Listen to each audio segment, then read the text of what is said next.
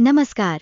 एक बार फिर से आपका स्वागत है आपके अपने चैनल दिव्य दृष्टि में।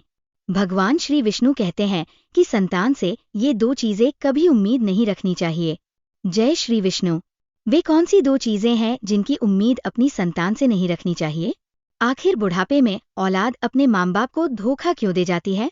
आइए जानते हैं इस वीडियो के माध्यम से। अगर कहानी पसंद आए तो कमेंट बॉक्स में जय श्री विष्णु अवश्य लिखें। एक बार नारद जी नारायण नारायण कहते हुए भगवान श्री विष्णु के पास आते हैं और उन्हें प्रणाम करते हैं। भगवान विष्णु नारद जी को अचानक आया देखकर पूछते हैं, देवर्षि नारद, आज आपका अचानक आगमन कैसे हुआ? तब नारद जी श्री विष्णु से कहते हैं, हे प्रभु, मेरे मन में एक विचित्र प्रश्न है जिसका उत्तर मुझे नहीं मिल रहा है। उसी प्रश्न का उत्तर जानने के लिए मैं आपके पास आया हूँ। देवर्षि नारद जी की बात सुनकर भगवान श्री विष्णु कहते हैं, कौन सा सवाल है जो तुम्हारे मन में चल रहा है देवर्षि?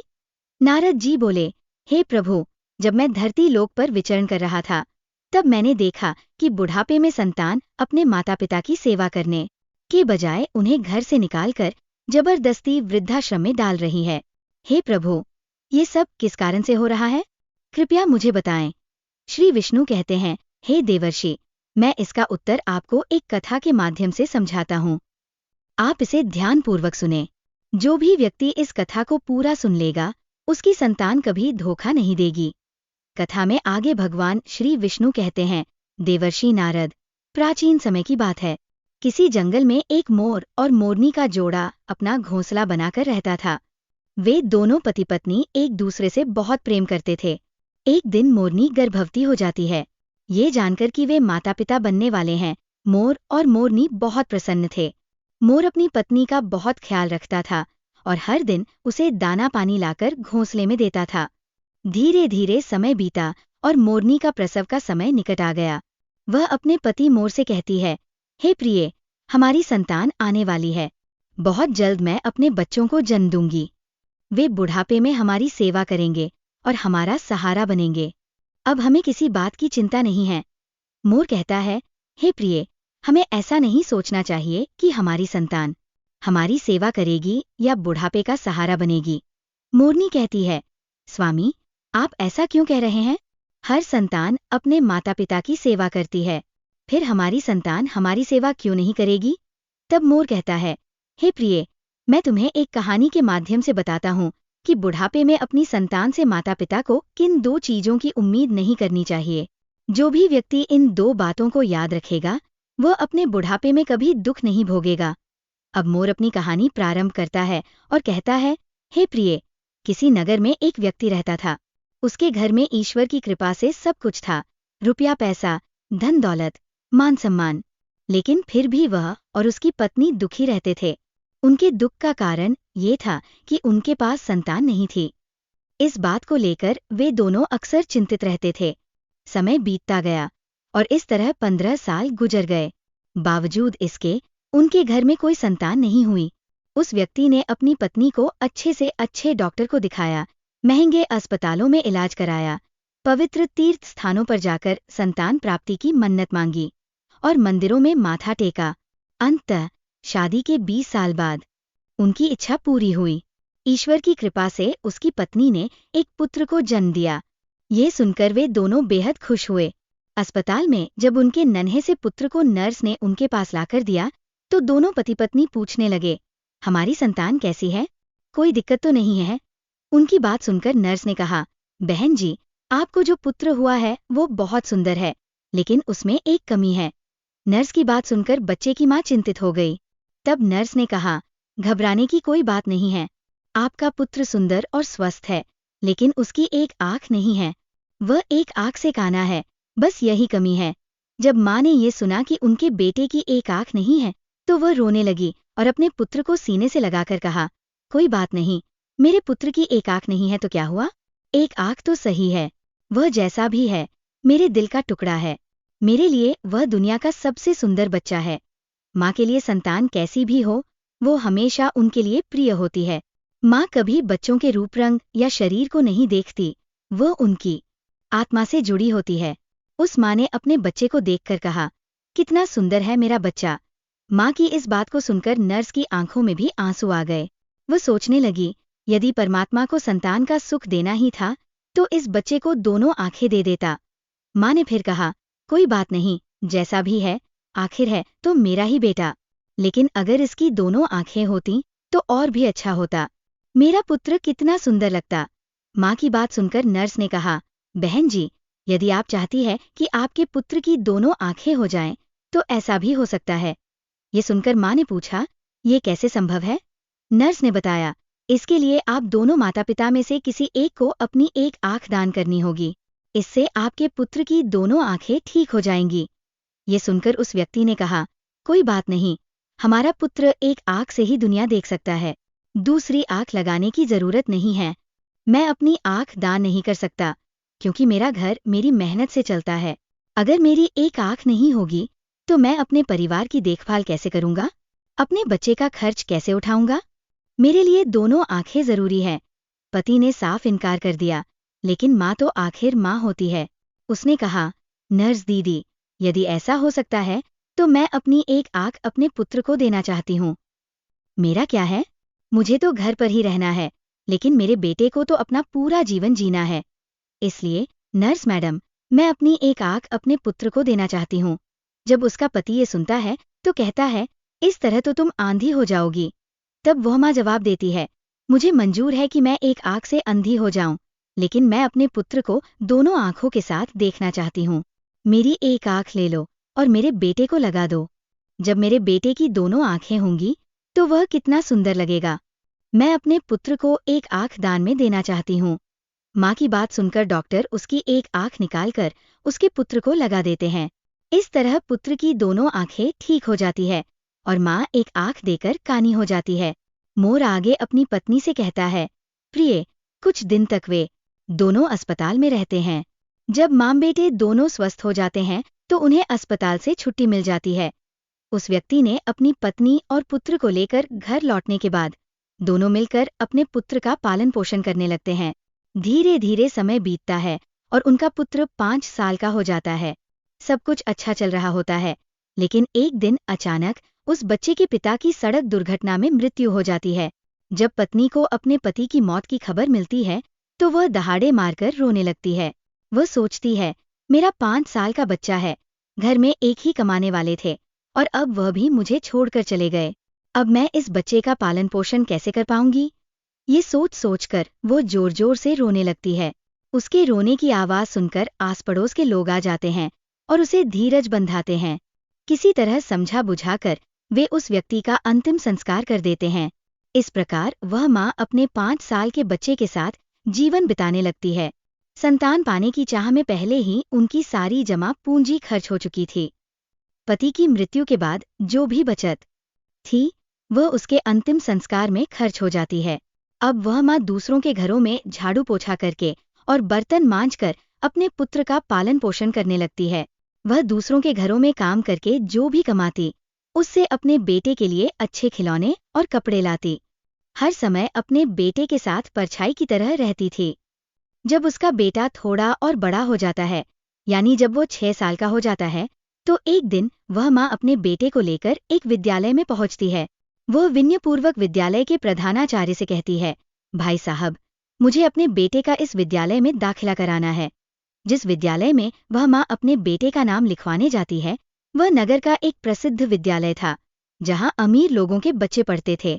जब प्रधानाचार्य फटे पुराने कपड़ों में उसकी माँ को देखते हैं तो सोचते हैं, बच्चा तो सुंदर है, लेकिन माँ की स्थिति ऐसी है जैसे कोई भिखारिन हो। ये बेचारी कैसे इस बच्चे की किताबें और इतनी महंगी फीस भर पाएगी? ये सोचकर प्रधानाचार्य उससे कहते हैं, बहन जी, हमारे विद्यालय की फीस काफी अधिक है। यहाँ अमीरों के बच्चे पढ़ते हैं, इसलिए बेहतर होगा कि आप अपने बच्चे का एडमिशन किसी सरकारी स्कूल में करवा दें। मास्टर जी ने कहा। उनकी बात सुनकर माँ ने जवाब दिया, मास्टर साहब, आप पैसों की चिंता मत कीजिए, आपकी जो भी फीस होगी मैं समय पर जमा कर दूंगी। ये मेरा इकलौता बेटा है और मैं चाहती हूँ कि वह पढ़ लिख कर बड़ा डॉक्टर बने, इसलिए मैं उसे आपके विद्यालय में लेकर आई हूँ। माँ की बातों से प्रभावित होकर मास्टर जी ने कहा, ठीक है बहन जी, अगर आप इतनी जिद कर रही हैं तो हम आपके बेटे को दाखिला दे देते हैं। इस तरह उस बच्चे का एडमिशन विद्यालय में हो गया और वह पढ़ने जाने लगा। पहले माँ 5 घरों में झाड़ू पोछा करके गुजारा कर लेती थी, लेकिन अब अपने बेटे की पढ़ाई के खर्च को पूरा करने के लिए उसने 10 घरों में काम करना शुरू कर दिया। माँ दूसरों के घरों में झाड़ू पोछा करके अपने पुत्र को पढ़ाने लिखाने लगी। समय बीतता गया और जब वो बालक 5वीं कक्षा में पहुंचा और उसकी उम्र 13 साल हो गई, तो एक दिन स्कूल में कुछ बच्चे उसका मजाक उड़ाने लगे। वे कहते, देखो देखो, एक आँख वाली माँ का बेटा आ गया। इसकी माँ एक आँख से कानी है। ये सुनकर वो लड़का बहुत दुखी हो गया।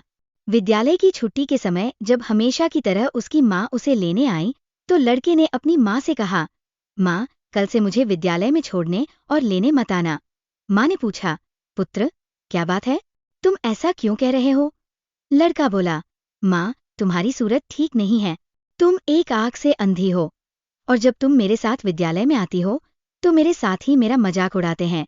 लड़के की ये बातें सुनकर माँ को बहुत दुख हुआ, लेकिन वह चुप रही और अपने बेटे की बातों को सहन कर लिया। माँ ने कहा, कोई बात नहीं पुत्र, अगर तुम चाहते हो तो मैं तुम्हारे साथ कल से विद्यालय नहीं आऊंगी। लेकिन तुम अकेले विद्यालय कैसे आओगे? लड़के ने कहा, माँ, अब मैं बड़ा हो गया हूँ, मैं अकेला विद्यालय जा सकता हूँ, तुम्हें मेरे साथ आने की जरूरत नहीं है। माँ ने कहा, ठीक है पुत्र, आज के बाद मैं तुम्हारे साथ स्कूल नहीं आऊंगी। लेकिन बेटा, ध्यान रखना, तुम्हारे पिता की सड़क दुर्घटना में मौत हुई थी, ये सोचकर मुझे डर लगता है। लड़के ने माँ को आश्वस्त किया, माँ, तुम चिंता मत करो, मैं अकेला ही जाऊंगा और सुरक्षित लौटूंगा। उस दिन के बाद वह लड़का अकेले विद्यालय जाने लगा। जैसे जैसे वो बड़ा होता गया, उसके खर्चे भी बढ़ते गए। माँ ने अपने बेटे के खर्चों को पूरा करने के लिए और अधिक काम करना शुरू कर दिया। पहले वो 10 घरों में काम करती थी, अब 20 घरों में बर्तन साफ करने और झाड़ू पोछा करने लगी। वह दिन भर मेहनत करती और रात के 11 बजे घर लौटती। माँ अपनी मेहनत से हर महीने 5,000 रुपये भेजती, ताकि उसका बेटा शहर में रहकर पढ़ाई कर सके। माँ ने ये सब इसलिए किया क्योंकि वह चाहती थी कि एक दिन उसका बेटा पढ़ लिख कर बड़ा डॉक्टर बने। उसकी मेहनत का एकमात्र सपना था कि जब उसका बेटा डॉक्टर बनेगा तो उसे सुख मिलेगा और वह अपने बेटे के साथ खुशहाल जीवन बिताएगी। इस प्रकार मेहनत करते करते वह माँ समय से पहले ही बूढ़ी हो गई। धूप में उसका गोरा रंग काला पड़ गया, लेकिन उसने अपने बेटे को कभी किसी परेशानी का एहसास नहीं होने दिया। मोर अपनी पत्नी मूवी से कहता है, प्रिय, जब ऐसे ही कुछ दिन और बीते तो उस माँ को एक दिन एक पत्र मिला। उसमें लिखा था कि माँ, अब मैं शहर में बड़ा डॉक्टर बन चुका हूँ, अब तुम्हें मेरे लिए पैसे भेजने की जरूरत नहीं है। जब माँ को ये पत्र मिला कि उसका बेटा डॉक्टर बन गया है, तो वो खुशी से झूम उठी। उसने सोचा कि पति के जाने के बाद उसका बेटा ही उसका सहारा है और उसकी इच्छा थी कि बेटा डॉक्टर बने, वह पूरी हो गई। उस माँ के बेटे ने उसे पत्र में लिखा था कि वह डॉक्टर बन गया है, लेकिन वह अभी तक गांव में माँ से मिलने नहीं आया था।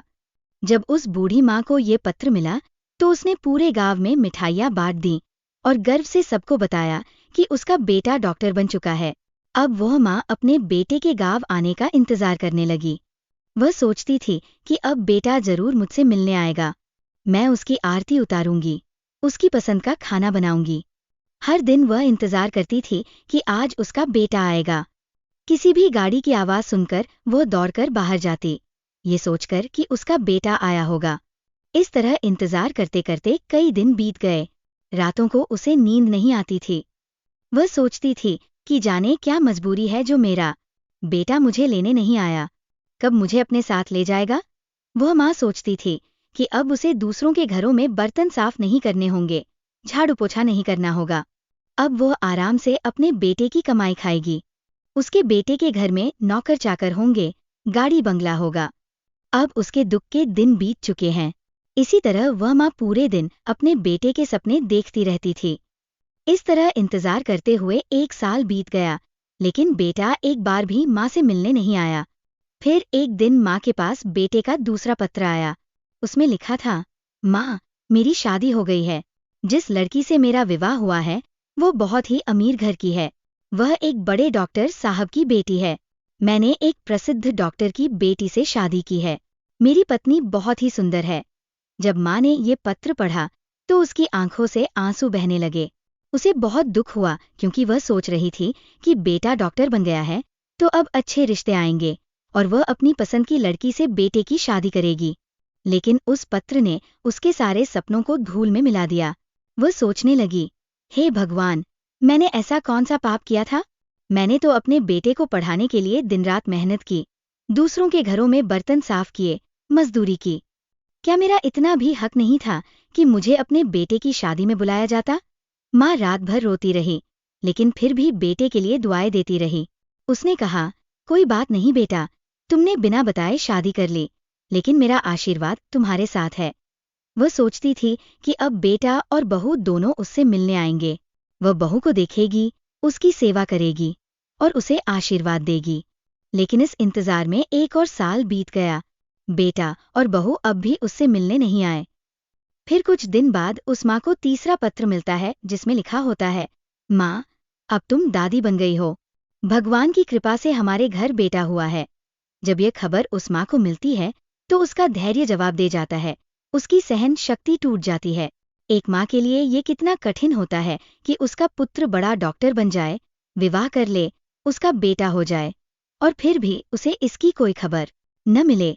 जिस बेटे के जीवन को संवारने के लिए उस माँ ने अपना सब कुछ कुर्बान कर दिया था, उस बेटे का वर्षों से चेहरा न देख पाना स्वाभाविक है कि उसके दिल को व्याकुल कर दे।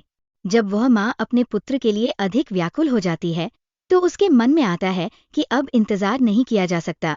फिर कुछ देर के लिए विचारों में खो जाती है और सोचती है, चलो जो हुआ अच्छा हुआ। अब मैं अपने पोते को देखूंगी, उसे अपनी गोद में खिलाऊंगी। अब मेरा बेटा जरूर मेरी बहू और पोते के साथ मेरे पास आएगा। यही सब सोच सोचकर वह माँ व्याकुल हो जाती है। जब इंतजार करते करते उसे 36 महीने बीत जाते हैं और कोई भी उससे मिलने नहीं आता तो उसका सब्र टूटने लगता है। वह व्याकुल हो जाती है और इस व्याकुलता में ये फैसला करती है कि चाहे कुछ भी हो जाए, वह अपने पोते को देखने जरूर जाएगी। ये निर्णय करके वह माँ अपने बेटे और बहू से मिलने के लिए शहर के लिए निकल पड़ती है। इसी तरह पता पूछते पूछते वह उस शहर में पहुंच जाती है जहां उसका बेटा रहता था। शहर में पहुंचकर वो एक रिक्शा वाले को बुलाती है और उसे बेटे का पत्र दिखाते हुए कहती है, बेटा, मुझे इस जगह पर जाना है। रिक्शा वाले ने पता देखा और उसे अपने रिक्शा में बैठा कर उस पते पर ले जाता है। कुछ समय बाद वो रिक्शा वाला बूढ़ी माँ को लेकर एक बड़े डॉक्टर के बंगले पर पहुंचता है और रिक्शा वहीं रोक देता है। वह माँ से कहता है, माँ जी, ये वही जगह है जो आपने बताई थी। ये सामने जो बंगला है, यही डॉक्टर साहब रहते हैं। माँ रिक्शा वाले को किराया देती है और अपना झोला उठाकर बंगले की तरफ चल देती है। बंगले को देखकर माँ खुश हो जाती है। सुंदर आलीशान बंगला, सामने चमचमाती गाड़ी और दरवाजे पर चपरासी देखकर वो गर्व से भर जाती है कि उसका बेटा इतने सुंदर घर में रहता है। वह अपने पोते के लिए खिलौने, बहू के लिए साड़ी और कुछ मिठाइयाँ लेकर आई थी। जब वो बंगले के अंदर जाने लगती है तो गेट के पास खड़े एक चपरासी की नज़र उस पर पड़ती है। चपरासी देखता है कि फटे पुराने कपड़े पहने एक काली कलूटी बुढ़िया, जो एक आँख से कानी है, बंगले के अंदर जा रही है। वह पूछता है, तुम्हें किससे मिलना है? अंदर कहाँ जा रही हो? ये सुनकर माँ कहती है, यहाँ मेरा बेटा रहता है, मैं अपने पोते को देखने आई हूँ। चपरासी उसे डांटते हुए कहता है, बुढ़िया, तुमने अपनी शक्ल देखी है? ये बड़े डॉक्टर साहब का बंगला है, तुम्हारे बेटे कैसे हो सकते हैं? माँ कहती है, मुझे पता है, ये डॉक्टर साहब का बंगला है और वही मेरे बेटे हैं। चपरासी हंसने लगता है। तभी दूसरा चपरासी वहां आ जाता है। जब उसे पता चलता है कि वह महिला डॉक्टर साहब की माँ होने का दावा कर रही है तो वह प्रमाण मांगता है। माँ अपनी साड़ी के पल्लू में बंधा हुआ पत्र निकालकर दिखाती है जो उसके बेटे ने भेजा था। पत्र देखकर चपरासी माफी मांगता है और कहता है, माँ, हमें माफ कर दो, हमें नहीं पता था कि आप डॉक्टर साहब की माँ हैं। माँ कहती है, कोई बात नहीं, मुझे माफ कर दो। अब मुझे बताओ, मेरा बेटा और बहू कहाँ है? चपरासी इशारा करके बताता है कि ऊपर वाला कमरा उनके बेटे का है और वह इस समय घर पर ही है। माँ अपना सामान नीचे रखकर कहती है, सामान बाद में ले जाऊंगी, पहले अपने पोते को देख लो। वह जल्दी जल्दी सीढ़ियाँ चढ़कर ऊपर जाती है। आंगन में एक पालने में उसका पोता झूल रहा होता है। माँ दौड़कर पालने से पोते को उठाकर सीने से लगा लेती है। जब वो पोते को दुलार करती है तो बच्चा रोने लगता है। बच्चे के रोने की आवाज सुनकर बहू रसोई से बाहर आती है। जब वो देखती है कि एक बुढ़िया उसके बच्चे को उठाए हुए है तो चिल्लाने लगती है और अपने पति को आवाज देती है, सुनिए, कोई बुढ़िया हमारे बच्चे को चुराने आई है। पति भी नीचे आ जाता है। बहू बच्चे को बूढ़ी माँ से छीन लेती है और कहती है, तुमने कैसे चपरासी रखे हैं जो कोई भी घर में घुसाता है? ये बुढ़िया हमारे बच्चे को चुराने आई है। माँ कहती है, बहू, मैं चोर नहीं हूँ, मैं तुम्हारी सास हूँ और ये तुम्हारे पास जो खड़ा है वही मेरा बेटा है। बहू पति से पूछती है, ये बुढ़िया क्या कह रही है? क्या सच में ये भिखारी जैसी दिखने वाली आपकी माँ है?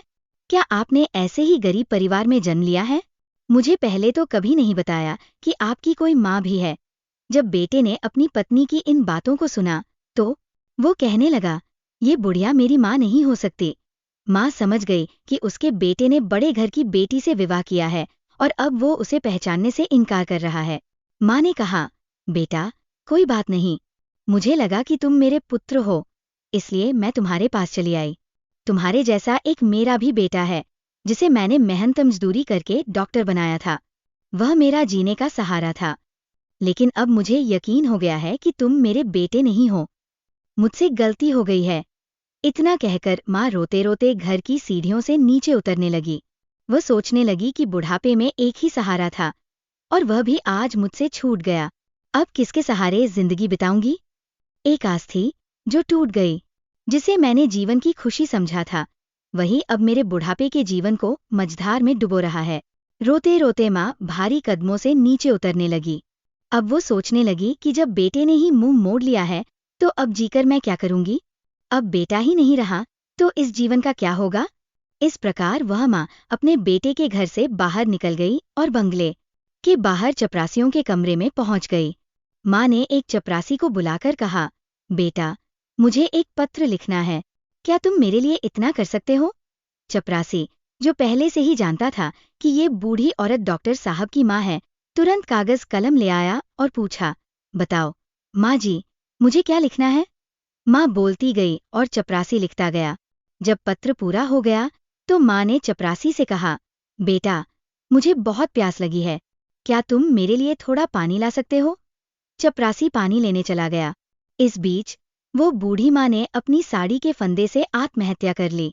जब चपरासी पानी लेकर लौटा तो कमरे का नजारा देखकर हैरान रह गया। उसने देखा कि माँ फांसी के फंदे पर झूल रही है।